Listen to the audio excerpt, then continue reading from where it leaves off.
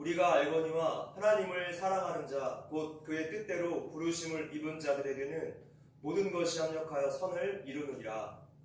하나님이 미리 아신 자들을 또한 그 아들의 형상을 본받게 하기 위하여 미리 정하셨으니 이는 그로 많은 형제들 중에서 맏아들이 되게 하려 하심이니라. 또 미리 정하신 그들을 또한 부르시고 부르신 그들을 또한 의롭다 하시고 의롭다 하신 그들을 또한 영화롭게 하셨느니라. 그런즉 이 일에 대하여 우리가 무슨 말하리요? 만일 하나님이 우리를 위하시면 누가 우리를 대적하리요?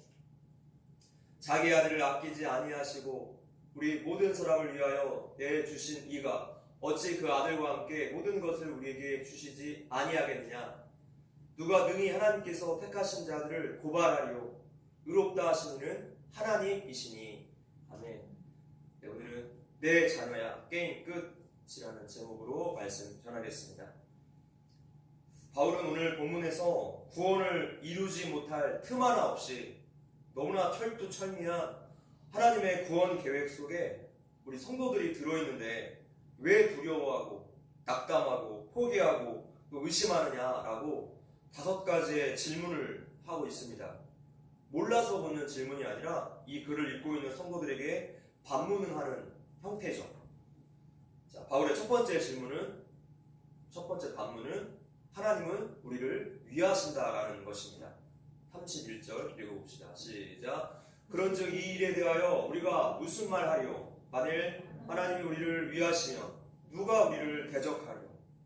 전능하신 하나님의 목적이 모든 성도들을 영화롭게 만드는 것이라며 도대체 우리가 두려워할 것이 무엇이냐? 라는 반문입니다. 하나님은 성도들을 위하십니다. 성도들은 하나님이 우리와 영원히 함께 하시겠다는 약속, 그 임마누엘을 기억하며 살아야겠습니다. 지난 시간 여기까지 했습니다. 그리고 이제 바울의 두 번째 질문입니다. 하나님은 우리를 사랑하신다는 것입니다. 32절입니다. 시작. 자기 아들을 아끼지 아니하시고 우리 모든 사람을 위하여 내주신 이가 어찌 그 아들과 함께 모든 것을 우리에게 주시지 아니하겠느냐. 우리를 영화롭게 하기로 작정하신 하나님께서 가장 소중하신 예수님까지 내어주셨는데 왜 너희는 필요한 은사를 받지 못할 것처럼 그렇게 근심하느냐라는 것입니다. 원수들에게 하나밖에 없는 아들을 내어주신다는 것은 도대체 어떠한 사랑일까요?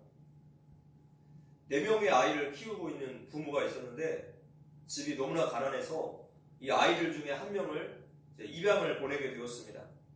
그래서 밤에 어떤 아이를 입양 보내야 할까 이 부부가 대화를 합니다. 첫째 아이는 장남이라서 안 되겠고 둘째 아이는 머리가 너무 뛰어나서 집안을 다시 일으켜 세워줄 기둥이라서 안 되겠고 셋째 아이는 몸이 너무나 허약해서 오히려 폐를 끼칠까봐 안 되겠고 넷째 막둥이는 눈에 넣어도 안 아플 막내라서 안 되겠고 그래서 결국에 입양을 못 보내고 부부가 열심히 키웠다는 이야기가 있습니다. 4명 중에 1명을 보내는 것도 너무나 안타깝고 마음이 아파서 못 보내는 것이 부모의 마음인데 하나님은 하나밖에 없는 독생자를 우리에게 내어주셨습니다. 경제적인 논리로 따지자면 100에서 100을 전부 다 내어주신 거예요. 그것도 잘 살라고 좋은 곳에 보내신 것입니까? 아니죠. 가면 반드시 고통받고 죽어야 하는 곳, 십자가의 자리로 그 독생자를 보내십니다. 하나님은 지금 이런 사랑의 기초에서 그분의 사랑을 우리에게 드러내셨어요. 우리의 모든 신앙생활의 기초가 여기에서부터 출발해야 한다는 것을 우리가 확실히 믿어야 합니다. 하나님께서 독생자 예수를 우리에게 내어주신 사건이 없었다면 몰라 우리들은 예배의 자리에 있지 못할 것입니다. 자신의 생명을 버리는 그 십자가 사랑이 우리 성도들에게 있는데 왜 믿지 못하고 그렇게 근심하느냐라는 것입니다. 하나님은 이미 우리에게 가장 중요한 것을 다 주셨습니다. 우리를 위해서 예수님을 내어주신 것뿐만 아니라 그 주님이 우리 안에 오게 하신 거예요. 하나님은 이 놀라운 사실을 성찬식을 통해서 우리 성도들에게 계속 확인하도록 하십니다. 우리 안에 오신 예수님을 성찬식을 통해서 더욱더 기억하게 하시는 거죠. 그래서 성찬식이 우리에게 너무나 소중하고 우리가 믿음으로써 이 예식에 참여할 때 신앙의 성장이 분명하게 일어나는 그런 시간이 되기도 합니다. 성찬식은 연약한 성도들에게 있어서 눈에 보이지 않는 하나님의 눈에 보이는 은혜의 방편입니다. 하나님께서 언제 우리를 사랑하셨습니까? 우리가 예수를 믿고 순종을 잘했을 때부터 그때부터 사랑하신 것이 아니죠. 우리가 아직 죄인 되었을 때, 아니 그 이전부터, 태초부터 그분의 작정 속에 우리가 포함되어 있었어요. 하나님의 사랑은 이러한 성격입니다. 하나님은 이사야서 43장에서 이스라엘 백성들에게 이렇게 말씀하셨습니다. 읽어볼게요. 시작. 야곱아, 너를 창조하신 여호와께서 이제 말씀하시니라. 이스라엘아, 너를 조성하신 자가 이제 말씀하시느니라. 너는 두려워 말라. 내가 너를 구속하였고 내가 너를 지명하여 불렀나니 너는 내 것이라. 4절. 내가 너를 보배롭고 존귀하게 여기고 너를 사랑하였은즉 내가 사람들을 주어 너를 바꾸며 백성들로 내 생명을 대신하리니. 자, 이스라엘은 하나님께 대하여 어떠한 백성이었습니까? 착하고 믿음 좋고 말 잘 듣는 백성이었습니까? 전혀요. 오늘 우리가 똑같습니다. 반항하고 말 안 듣고 자기 마음대로 살고 우선순위를 하나님보다 다른 것들 우선 여기고, 그래서 하나님이 그들을 향해서 눈이 있어도 보지 못하고 귀가 있어도 듣지 못하는 백성, 목이 뻣뻣한 백성이라고 책망하셨어요. 그런데도 왜 그들을 사랑하십니까? 왜 그들을 기어코 구원해 내셨습니까? 그들의 창조주, 구원자이시기 때문에. 오늘 우리에게도 하나님께서 이런 사랑을 계속해서 부어주시는데 왜 우리는 불행해하고 또 외로워할까요? 왜 하나님께 대한 감사를 다 잃어버렸을까요? 그것은 우리가 하나님의 사랑을 짝사랑으로 만들어 버렸기 때문입니다. 하나님만 우리를 사랑하고 있어요. 하나님은 여전히 우리를 변함없이 너무나 사랑하시는데 우리는 여전히 변함없이 세상을 더 사랑합니다. 하나님의 인정보다 세상의 인정을 더 바라고 있어요. 배가 불러서 은혜를 은혜로 여기지 않습니다. 우리는 그 무엇보다 하나님을 가장 사랑해야 합니다. 모든 우선순위에 하나님을 두어야 하고 예배를 두어야 합니다. 그때서야 내 안에 은혜와 감사와 기쁨이 충만해질 것입니다. 성도 여러분, 그 어떤 것보다도 하나님을 가장 사랑하십시오. 마귀는 지금까지 신실한 성도들이 하나님 사랑하지 못하도록 여러 가지 방법을 다 사용해서 괴롭혀왔어요. 마귀가 원하는 것은 단 한 가지입니다. 하나님을 사랑하지 못하게 만드는 것. 그래서 여러 가지 세상 문화와 가치관, 또 미혹의 영으로 우리를 공격해왔습니다. 그러나 마귀의 이러한 시도는 어느 시대를 막론하고 다 결국에는 수포로 돌아갑니다. 교회는 결코 망하거나 소멸하지 않았습니다. 핍박받을수록 더욱더 기도했고 하나님을 붙잡는 성도들이 있었기 때문이죠. 지금은 한국 교회가 탄압을 받는 나라에 우리가 살고 있습니다. 지난 월요일 밤에 부산 세계로교회 손현보 목사님께서 구속되셨는데 구속의 사유는 도주 우려였습니다.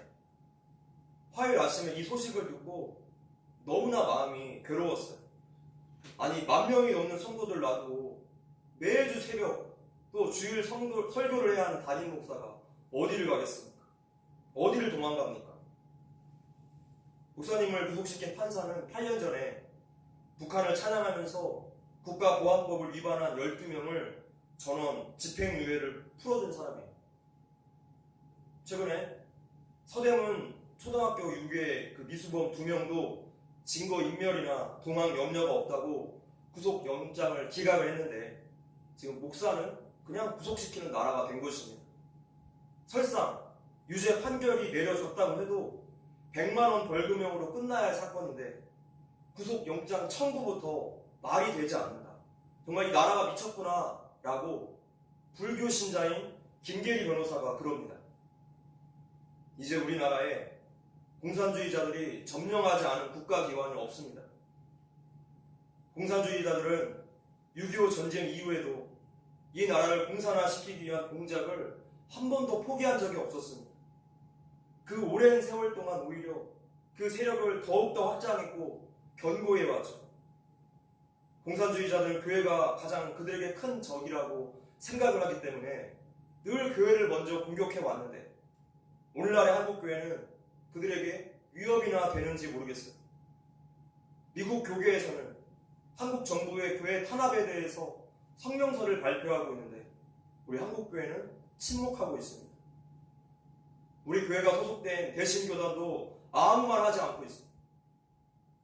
끝까지 침묵하며 자신의 교회는 피해가 없을 거라고 여기는데 과연 공산 정권에서 살아남은 교회가 있는가 생각을 해봐야 합니다.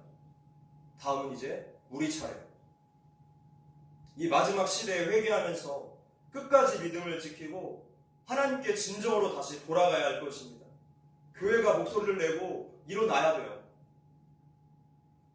바울의 세 번째 질문이자 반문입니다. 바로 하나님은 우리를 의롭다고 선언하셨다는 것이죠. 33절입니다. 자, 시작. 누가 능히 하나님께서 택하신 자들을 고발하리요. 의롭다 하신 이는 하나님이시니. 아멘. 우리를 영화롭게 하기로 작정하신 하나님이 우리를 의롭다라고 선언하셨는데 왜 용서받지 못했다라고 생각하느냐라는 것입니다. 에드가 앨런 포우의 작품 중에 고자질하는 양심이라는 소설이 있습니다.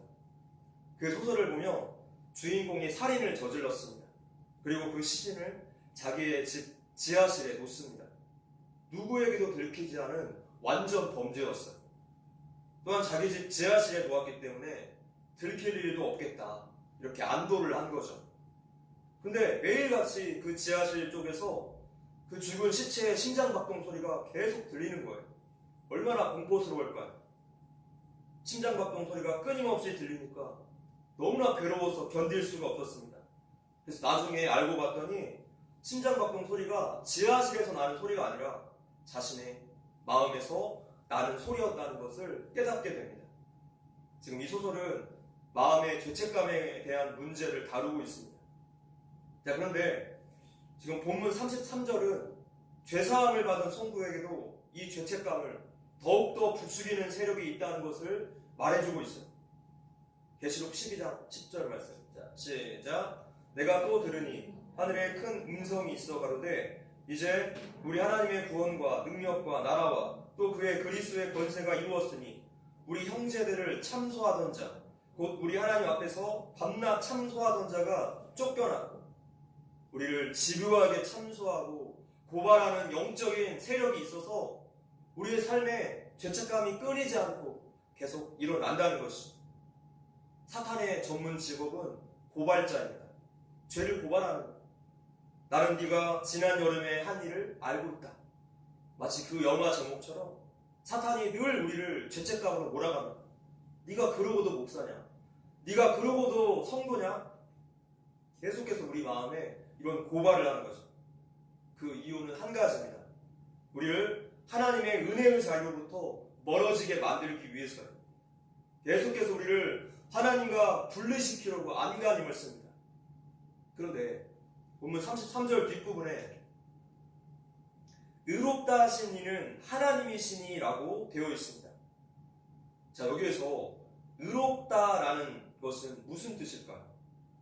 이것은 어떤 옳고 그름의 개념이 아니라 관계의 개념에서 우리가 봐야 합니다.